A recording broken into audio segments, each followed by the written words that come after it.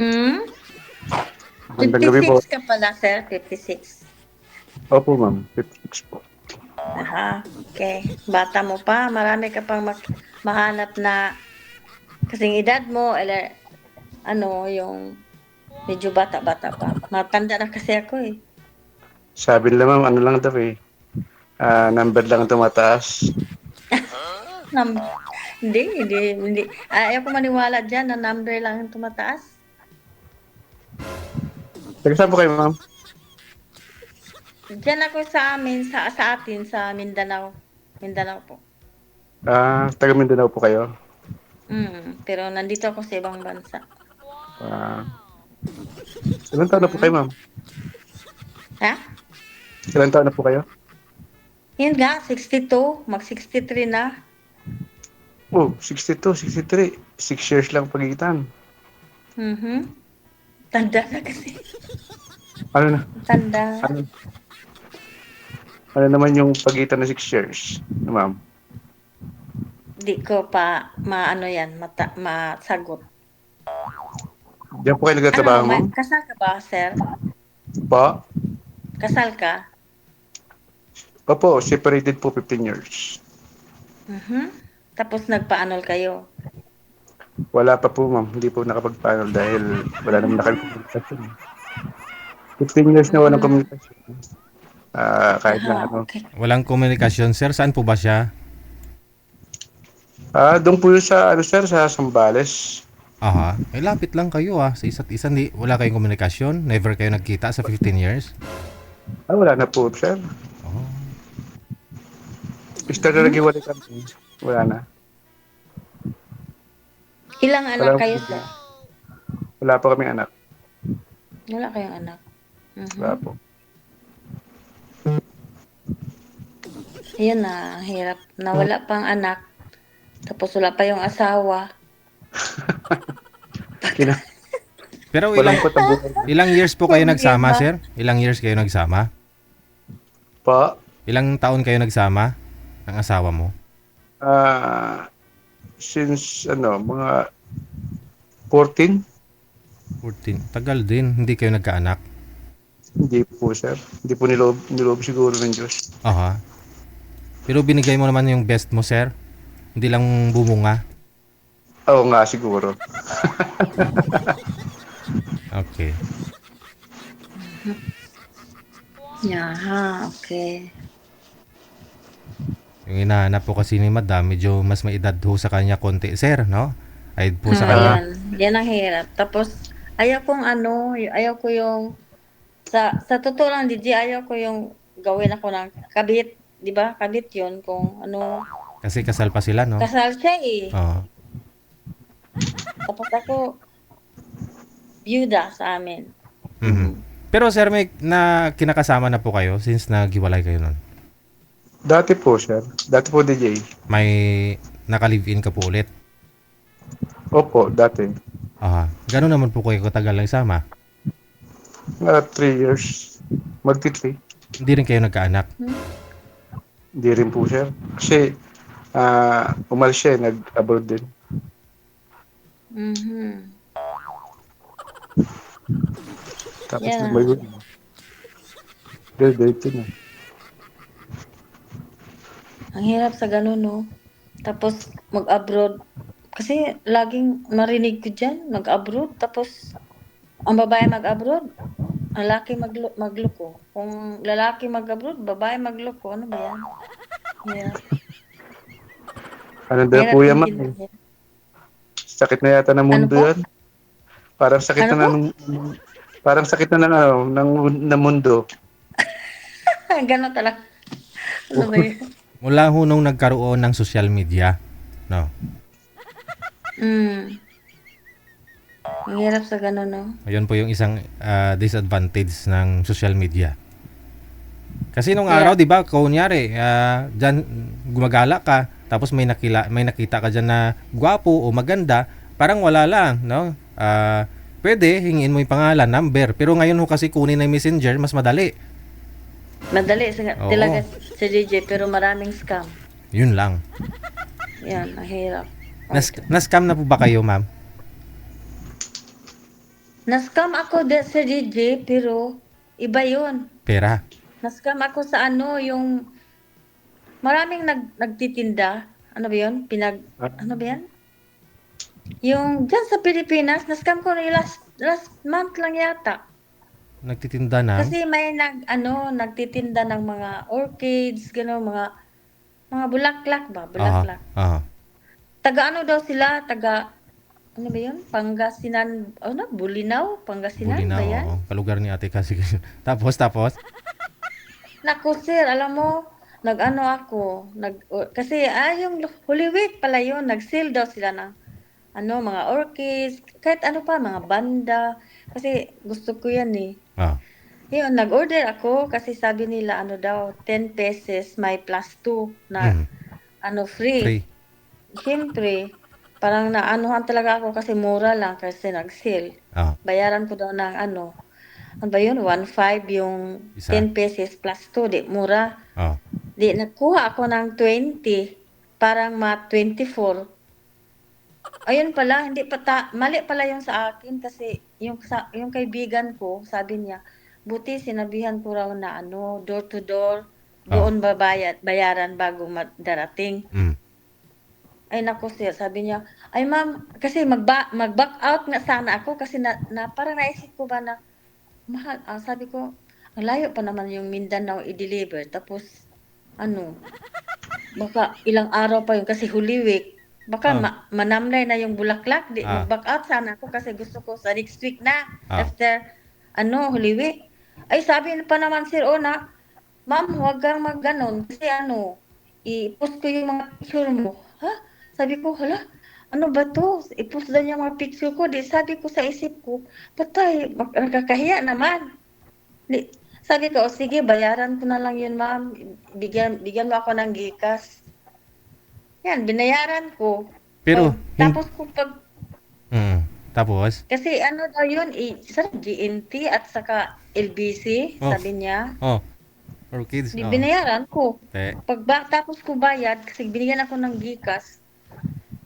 Sabi ko, ma'am, bigyan ko sana yung address sa anak ko. Tapos telepon. Ay, naku, nawala man sila, sir. Na-block ka na? Gi-block man ako. Magkano binayad mo? Sir, 3,005.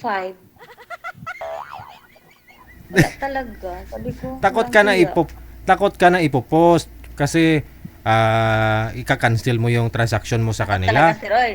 Ba't yun takot na ika-cancel na ipopost? Ano ilagay nila sa post nila, Aber? Hindi, sir. Inaano talaga yung mga, i-stalk nila yung Facebook ko. Nandoon talaga yung mga picture ko. Inaano nila. Tapos, damay pa yung mama ko sa mga picture. Mga kapatid ko. Sabi ko, ay, busy itong mga tao. Yan na pagdating na nila mga ilang oras, sabi ko, kasi gusto ko na talaga silang tawagan. Hindi ko na makita yung cellphone number. Sabi ko, mga wala talagang hiya. Sabi ko, ay sige lang. Para lang yung yung sa akin na lang. Dasal na lang ako na hindi sila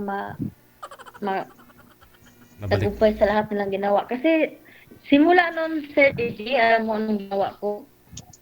Mayroong dumaan sa akin sa Facebook. Tingnan ko talaga yung mga tao nga, magkano po, kasi magtanong sila, magkano po, ganun.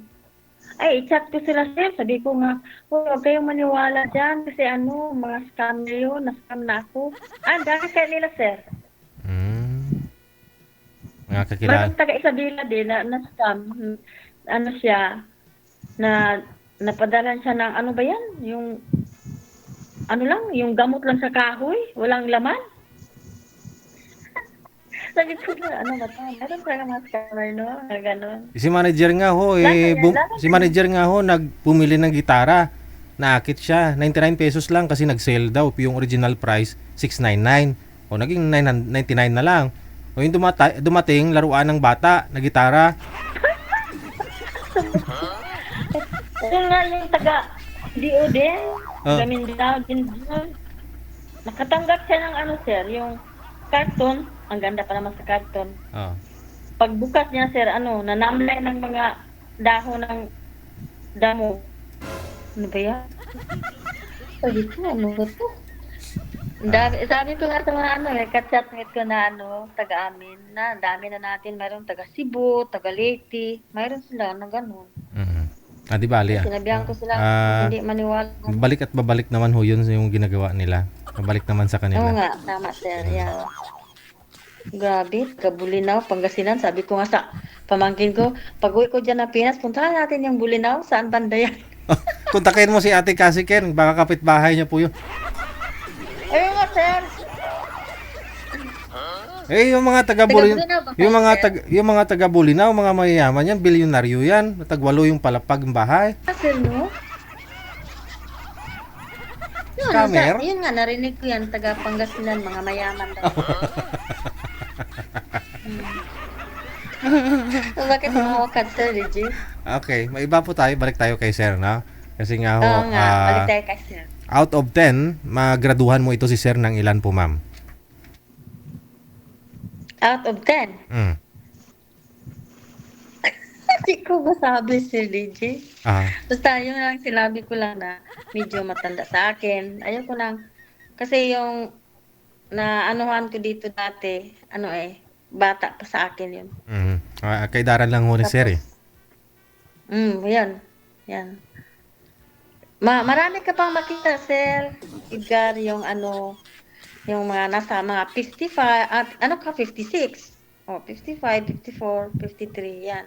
Mhm. Yung pangalawa niyo hong nakasama, Sir, itong ka-live-in niyo na nagsama kayo ng 3 years, ilang taon po 'yon? Ano po yun? 42. Bata pa nga, no? 42. Bata pa. Oo. Hmm. Oo, kasi siguro gusto rin ni Sir sana yung magkakaroon po siya ng anak, no? Wala po siyang anak eh. Ayun lang, Yun lang, Sir. Baka ikaw ang may diferensya, Sir, kasi may nakasama ka ng dalawa eh. Malungkot kasi ang buhay eh. Oo nga. Ano pong trabaho niyo po ngayon, Sir? Security po. Pang-araw. Hmm?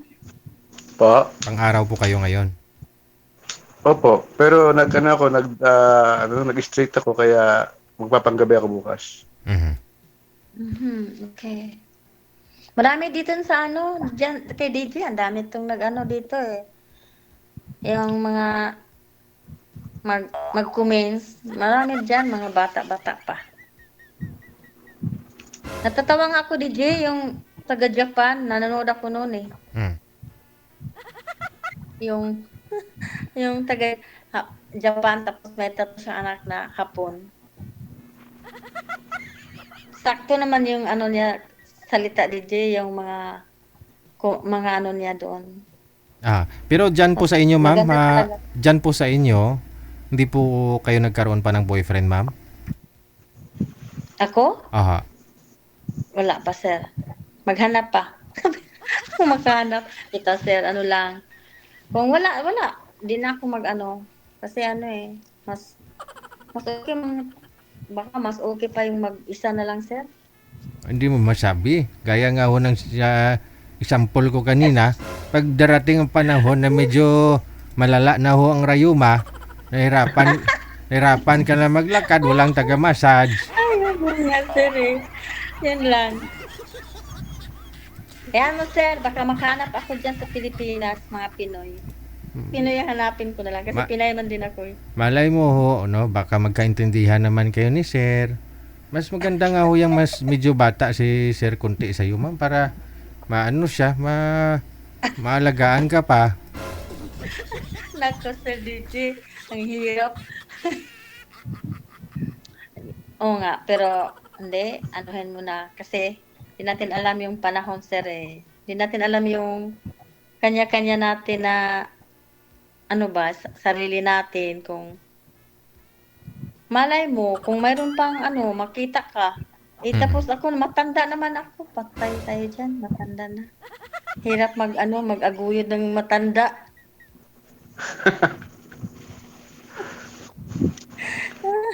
Ilang years na po kayong walang girlfriend, Sir? Walang kinakasama? 4 na po. 4 na taon na. Si Madam ho, kakahiwalay lang din naman po ito last year. Last year. Oo. Mahirap hanapin yung ikasundo mo, Sir Reggie. Hirap pa, mahirap. Lalo na ng ibang lahi. Marami naman hong Pinoy dyan, ma'am, no? Dito, wala kayong masyadong Pinoy dito ng Pinay lang. lalaki sa dito. Mm. Saan bansa kayo, ma'am? Pinay. Sweden, Europe. Europe. Mm. Yun nga eh. Sakali lang ako na kasi gusto ko talagang mas matanda sa akin. Wag akong ako ang matanda sa ano naman, iba naman yun, akong matanda tapos lalaki bata. Mas maganda yung lalaki matanda kaysa babae.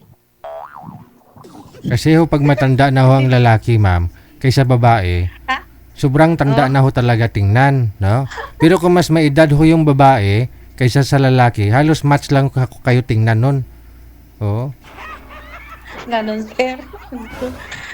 Tingnan natin si Ricky. Yun nga, may nanood ako ng Sandisis. Sabi ko ni Ma'am Pearl na, ako yung makausap dyan, ma'am, yung nag-edad ng 70. Hindi na po May yun pwede, 70 no? yata Kung may eh, kinakausap na ho 70. siya. Ayun na lang po, connected naman na po kayo dito, tuloy-tuloy lang ang usapan, ha? Sige, sir. Bye. Salamat, Sir Ricky.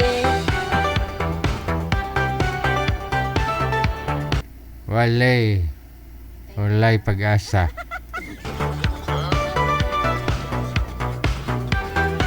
Malayo natin, connected naman sila. Baka madiskartehan din ni Sir. Makuha din po loob ni Gel.